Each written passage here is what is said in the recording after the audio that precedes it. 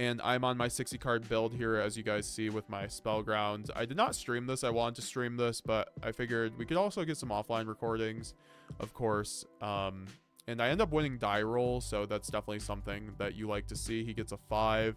I end up getting a 9, and that is what it is. And this is going to be game 1. And I draw Gimmick Puppet, I draw Shrouded, I draw Fusion Deployment, or High Spirits, and I have 2 other spells in hand. It's one of those hands where I definitely could get drolled and things could be in trouble a little bit, but for that reason, I was kind of thinking out the hand. I was like, well, you have to kind of do your sacrifices and like do your pick and chooses. So I just go for Shrouded Dragon. I'm like, if he has droll, he has droll. I could chain also the Shrouded, or I could chain High Spirits here too. Do a little trick shot, because of course when you go Shrouded Dragon, it's sending for cost, and a lot of the time you just want to end up sending the Albaz here, because you can just be able to combo off with the Albaz in graveyard. Like I mentioned before, just having another Albaz in rotation is super important. So yeah, very good. And now of course we do here. I'm gonna pause this for 1 second. 1 second, guys. 1 second. Putting this over in my other window.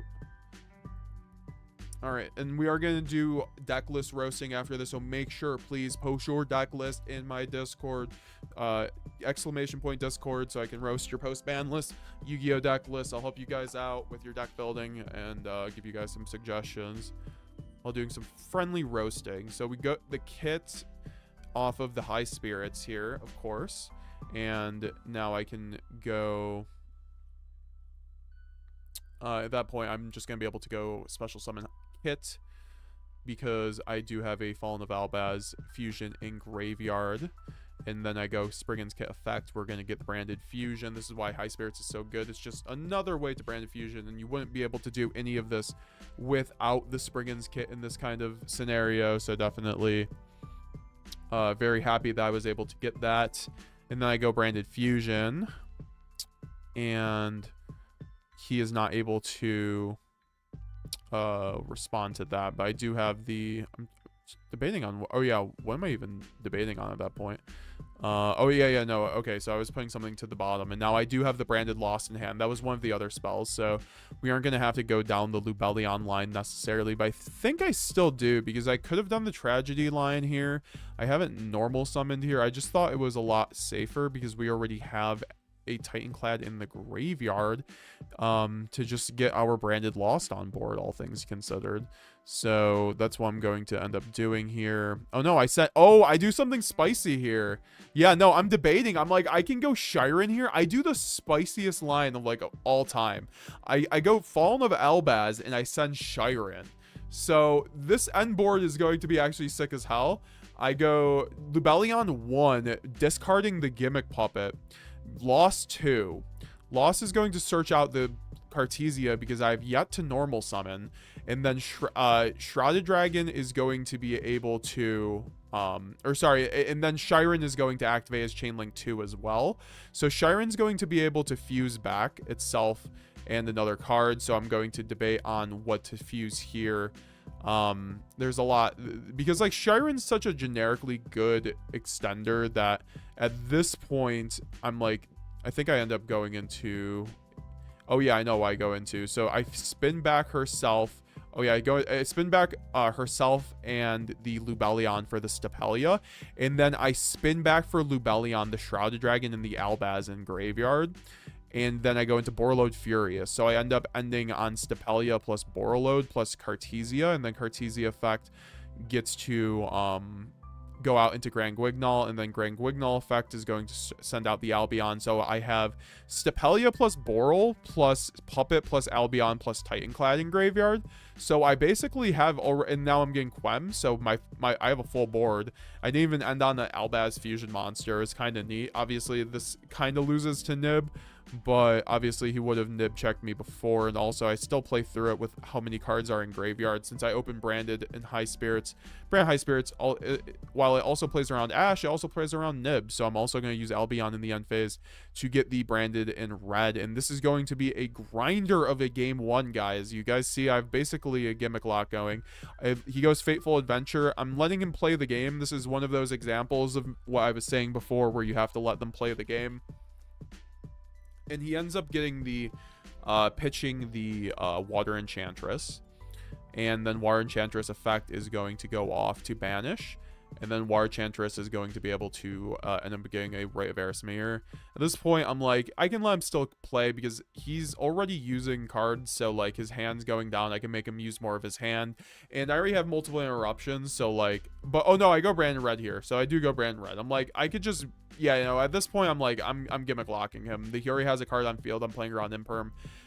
So I go Brand Red, make the Sanctifier, Chainlink 1, Sanctify, because I obviously have the Gimmick lock. So I can go Chainlink 1, Sanctifier, Chainlink 2, Brand Lost to get the Mercurier. So this is a foolproof Gimmick lock. Then I get the Gimmick Puppet plus the Albion just for another big body, since I can revive then the Cartesia off the Quem, since Quem was able to trigger since Sanctifier was summoned. I get the Mercurier. So, and now he's going to get out the Draco back. He's actually going to try to play this out, which is kind of interesting, because certain decks can play through Gimmick Puppet. I'm not sure if Fam Knights is going to be one of them, because you are able to use their trap cards to make Gimmick Puppet like undestroyable, which you guys will see it kind of becomes a strategy. So I mean, I respect Figs too, because he is a player that I feel like could definitely think out any situation. So I definitely respect the ability to take your cards, because he does have 6 cards in hand at this point. This is why I kind of went Gimmick lock. Like, if he has a lot of gas to be able to play through my board. Otherwise, I mean, I do have a really good board. I could have obviously went into Mirror Jade at that point as well, instead of Sanctifier, which would have been another banished, plus Stapelia plus Mercurier, which probably would have been enough for that kind of hand anyway. And so at that point, he's going to be big thinking. He's going to set 3 cards, and he's going to set 4 cards, actually. No, he's going to set a monster. No, he decides not to. And then ends up passing turn to me. And I do have the Borreload Furious Dragon, obviously, so this is going to be something I'm kind of waiting on here. Borreload Furious is amazing for a game state like this, where you're going against, like, Runic Stun, and you Gimmick lock them, and then they're, like, signing a bunch of cards. It's like, okay, I'm going to pop 2 of your back row before you even resolve anything. So at that point, I'm going to go Borreload, or no, I also have Cartesia effect to use in the end of main, so I'm just going to use Cartesia effect so I can get the Albion into the graveyard. Also, so I can get Cartesia back in the end phase, plus the High Spirits in my graveyard, so that's a lot of advantage. I feel like there's no reason not to at that point. So I can go Grand Guignol, sending the Alba Lunatus to then get out the Fusion deployment, which I think I'm going to actually, funny enough, not remember to search, so don't roast me in the chat, guys, too hard.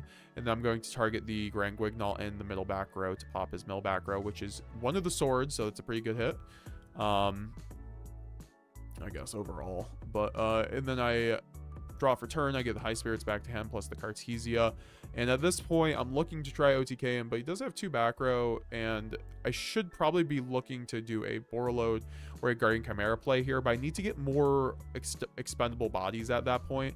So I need to be able to, you know, get more normal summons, get like an Aluber on board. So at this point I'm just like, I'll go Gold Sark, which will get me the bodies I need to attempt to get a Guardian Chimera on board to pop his back row. That's just kind of what you have to do in a situation like this.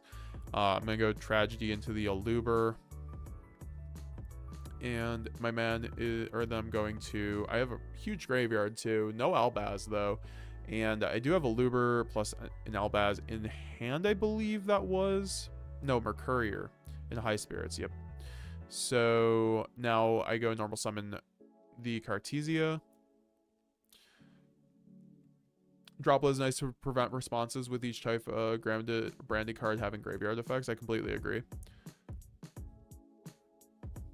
And now I'm going to go into Masquerade off of the Cartesia, and then proc the Branded Lost, which is going to get me a Shrouded Dragon, which gets me even more advantage. Now I can get Branded Retribution into rotation, get back to Branded Fusion, of course. This is going to be very important with 1 Branded Fusion, obviously. You're always going to have the Retribution rotation to recur it, or a Tragedy, worst case. So now I have the Tax Dragon up, which is going to put more pressure on him. At this point, I'm just going to go into battle phase. I should probably wait on the pop for Boral here, but but no, I don't. I shotgun it, which is really bad.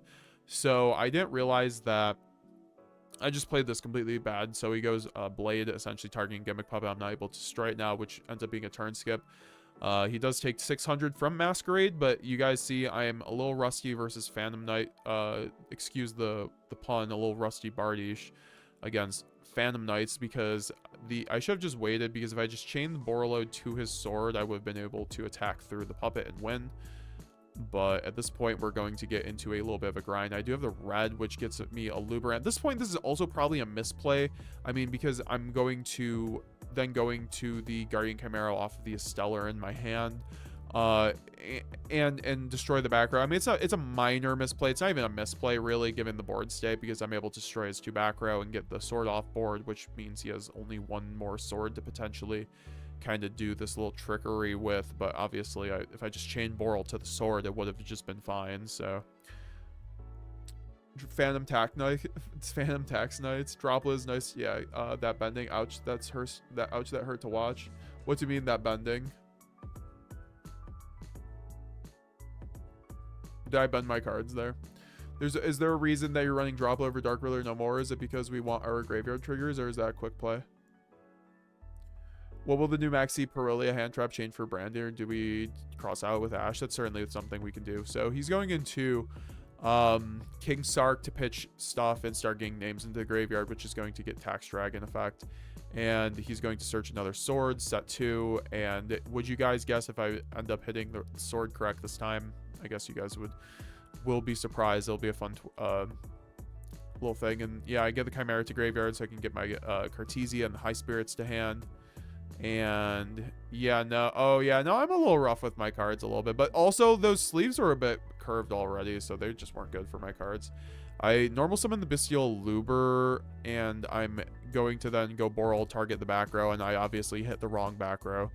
And so that's going to mean we are going to wait for another turn. So really, this game only lasted so long because of my own misplaying, but he's going to then sword, which is fine, targeting the Gimmick Puppet. And then I'm going to be able to target the... Oh, yeah, so I'm going to just target the Gimmick Puppet with Borreload, because with the sword, Gimmick Puppet is still going to be able to be destroyed. So I'm going to just target the Cartesia plus the Gimmick Puppet. He's just going to scoop it up from there, and then we're going to go into game 2. How do I get into the Discord? You press !Discord in the chat, and it will give you the invite link. There's also always links to all my socials in the description of all my videos if you guys want to check out all my socials and ways to connect with the community or support the channel. At this point, I'm looking to side hella board breakers, because he's going to try to set up a huge board that I'm not going to be able to play through. So I don't have Nibiru either, but I mean, he's playing Adventure, so like he's probably going to play around the Nibiru no matter what, unfortunately. I'm siding in Lightning Storms. I'm going to side in Evenlies. I mean, he does have Omni Negates in the form of the Griffin Rider, but having multiple board breakers will be able to break probably any board. And you guys see, I already told him, like, I had oversized sleeves, so I'm just going to skip this. I had to change my sleeves quickly. And that first game, funny enough, that first game took 20 minutes. That first game took, I know it was sped up, but I feel like my opponent probably should have scooped earlier, just because, like, he said he was waiting for the Droplet. He said he could have outed it if he had Droplet, but I'm not sure if that was necessarily true. So I just it was one of those situations where we're going to end up going to time because the game 1 took so long. I don't think the game 1 needed to take as long as it did. Like, once you've been Gimmick Puppeted, unless you're playing like Labyrinth or like you have the God Hand, I feel like it's not timely to play it out given the time rules. Like, you're just gonna end up running into time.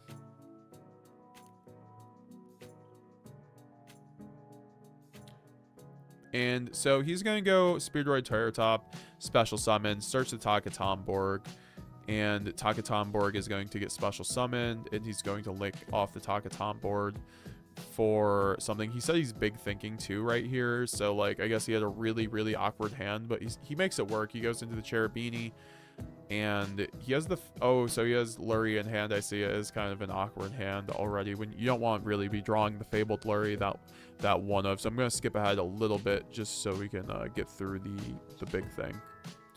So he's going to go Cherubini effect. I let him do the big thing. Like, because when a good player says I need a big thing, there are actually legitimately, like, really pro players that are really good at the game that will take, like, like really long to think, and then they're just, like, super quick about it. And that's kind of what happens here. So he just need to think out all of his lines. I respect that.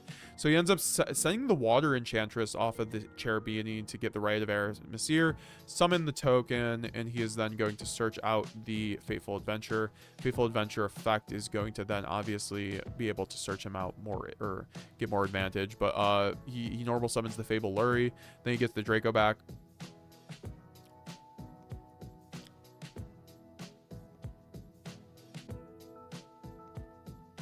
And at this point, he's going to then go into the Fiendsmith's Requiem by linking off the Lurry and then get into the Requiem. And then, oh, so that's why it was so awkward. And then he's going into Necroquip. Necroquip, link off the Cherubini into the Rusty Bardiche. Rusty Bardiche effect is going to be able to get a Phantom Knight Speller Trap, I believe, or is it Monster? No, he's going to bin one and then set a sword. And he already has the Griffin Rider on board for the Omni Negate, which is really good for him. He's setting up a really good board at this point. And with time being an issue, I'm debating on scooping at this point. Because there's like almost like 18 minutes left. Like you can see me looking at the clock. Actually probably like every 30 seconds. Because I'm just making sure that I can have enough time to go to game 3. Like my hand is double fusion deployment. Like Albaz plus like double Shrouded. It was a really awkward hand. And no, and so at that point he does pass on that, so he plays it actually fairly quickly, so I did appreciate that. IP Masquerena goes out. He has a really good board. Griffin Rider plus an effect negate, and then obviously the Rusty is going to be able to trigger off the IP and pop a card, so it's lots of interruptions on that board. Plus he has three cards in hand. I go Fallen of Albaz trigger to try to see what he does, because if he does the wrong thing, this would have allowed me to win the game, but because he goes sword here, that basically plays through everything I could do, because I have a super weak hand. Like I said, I have like double deployment, Shrouded, like Albaz. It's not very good. I even think I have Shrouded Dragons, so at this point I'm going to go Fusion Deployment. And at that point, I'm just going to scoop, because he's going to be able to... yeah, no, the sword was kind of backbreaking there. My hand was really mid, so we're just going to have to deal with that one at that point. How do I get into the Discord? Ouch, that hurt to watch. Join Discord community.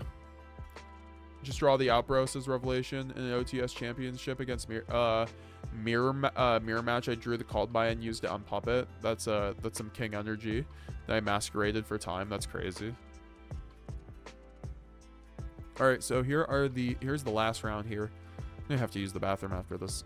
So I'm gonna go first. Obviously, my hand's actually pretty decent, not gonna lie, but I do draw the Retribution, which is kind of awkward. I just normal summon Cartesia and then go chain opening, pitch the Retribution. At this point, I go Aluber. Aluber effect is going to be able to get the branded fusion here, unless I get...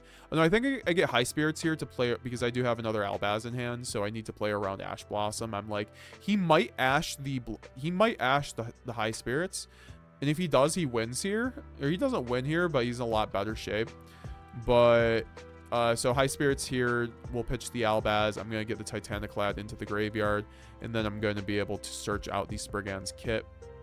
And Kit's going to be able to search out the branded fusion. I do have the Retribution in graveyard too if I need to spin back something, but the card in my hand is pretty inconsequential, so I'm just going to go Spriggan's Kit here and search out the branded fusion.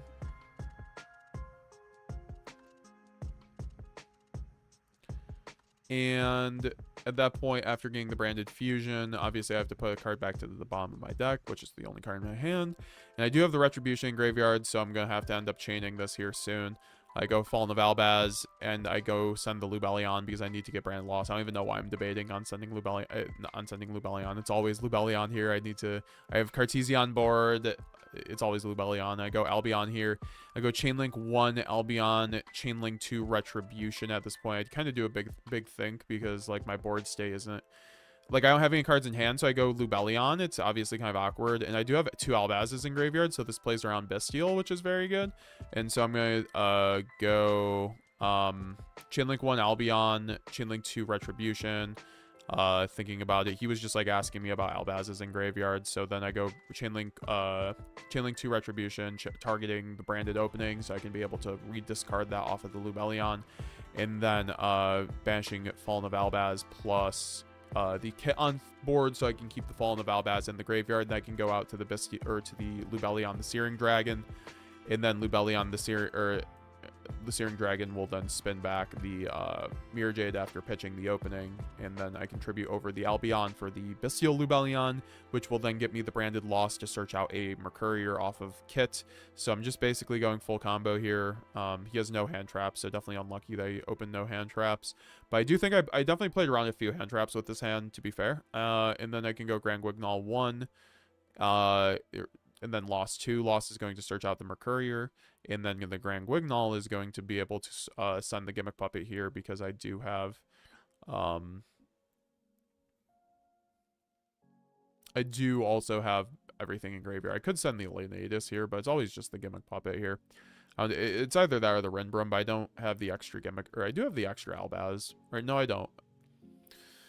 And at that point, we're going to go into the end phase and then get the Titaniclad effect to get the Quem. Quem's going to dump the Cartesia. Or no, the Fallen of... Or I think it's going to be Cartesia anyway, because I already have Fallen of Albaz in the graveyard. So yeah, it's going to be Cartesia, so I can get back to hand. And then I'm going to get the Albion effect to get the Brandon in red, and then Cartesia effect is going to go back to hand, so I have an extra discard. Since I already have a Cartesia in the graveyard, you always have to keep Albaz and Cartesia in rotation, folks. Always remember, always remember. We're also almost at 50 likes on the stream, guys. Make sure to leave a like. We're at 44 likes, 73 people watching. I really do appreciate all the love right now. You guys coming through. You guys make this stream incredible. You guys are always lively in the chat. Thank you, thank you. So I go Brandon Red in the draw phase because I do have Gimmick Puppet in the graveyard. There's no point in not going draw phase. This forces out like Droplet, forces out everything, and forces out especially the Bestials, and I have the Mercurier in hand, so he has to have double Bestial. He has to have Called By, and he does have the Called By. My man does have the Called By the grave.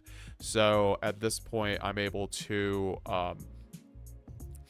and we're at like 8 minutes now, probably even less at this point. So we're both trying to play super fast, and at that point I'm like, yeah, there's nothing I can do about that. I was debating on chaining Rinbrum because I could chain Rinbrum and got an Albaz on the board, but there wouldn't have been a real point because I would have been banishing my own card off of Mirror Jade, so that would have just been super neg just to get a body on board with no Cartesia, so that would have been an int. And then he's gonna be able to play his turn. He does have 4 cards in hand now, or 5 cards overall. He does have the King Sark pitching the Cloak. And I have to read some of these fam cards. I'm like, just keep going. I'm going to read your cards as you're going. And he's going to then send the Happy. Is going to banish the Phantom Knights and get the Torn Scales into the graveyard. And that's going to be able to get his Dramatef into the graveyard. He's going to start probably swarming the field with Horus cards. I have to be really careful about this because the Horus cards make it really hard to interact with everything. Also, Mirror Jade just here is going to be able to put in a lot of work. I just have to make sure he doesn't really start popping off too much. But then he goes normal summon another Phantom Knight. I think it's like the Boots. I think that's the Boots. Could be wrong. And then he's able to special summon out another one. And he has so many bodies at this point. I'm like, you can just keep going. I'm going to wait for you to trigger the Quem.